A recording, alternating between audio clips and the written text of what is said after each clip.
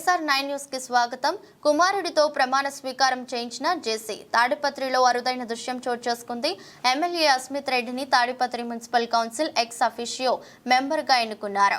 ఈ కార్యక్రమంలో కుమారుడు అస్మిత్ తో మున్సిపాలిటీ చైర్మన్ జేసీ ప్రభాకర్ రెడ్డి ప్రమాణ స్వీకారం చేయించారు. ఈ సందర్భంగా ఎమ్మెల్యే మాట్లాడుతూ తాడిపత్రి పట్టణ అభివృద్ధికి కృషి చేస్తానని తెలిపారు. ఇప్పటికే నిధుల విషయమై సీఎం చంద్రబాబుతో మాట్లాడినట్లు పేర్కొన్నారు. I, J.C. Ashmit Reddy, having become an ex-officio member of the Municipal Council, swear in the name of God, solemnly affirm that I will bear true faith and allegiance to the Constitution of India as by law established, that I will uphold the sovereignty and integrity of India, and that I will faithfully discharge the duty upon which I am about to enter.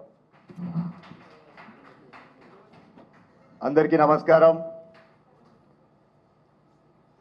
మరి ఈ తొలి municipal council సమావేశానికి రావడానికి నాకు ఎంతో ఆనందంగా ఉంది. ఒక 5 ఏళ్ల కిందట, ఇన్ఫాక్ట్ చెప్పాలంటే 2014 10 ఏళ్ల కిందట అనుకోవచ్చు, ఒక కౌన్సిలర్గా వచ్చాను ఇదే రూమ్లోకి. ఇక్కడ కొంతమంది అప్పుడు కూడా కౌన్సిలర్గా ఉన్నారు. మా పాయస్ భాష అయితే మేమి భాషాభాయ్ ఆప్ తానా కౌన్సిలర్ తానా బాయితా మున్నా బాయితా. సో చాలా ఆనందంగా ఉంది. ఇందాక మన చైర్మన్ గారు అడిగినట్టు ఖచ్చితంగా రేపు మన సమస్యలు ఏవైతే ముఖ్యంగా నీటి సమస్య, డ్రైనేజ్ సమస్య, ఆల్రెడీ మన గౌరవ ముఖ్యమంత్రులు నారా చంద్రబాబు నాయుడు గారితో మాట్లాడడం జరిగింది.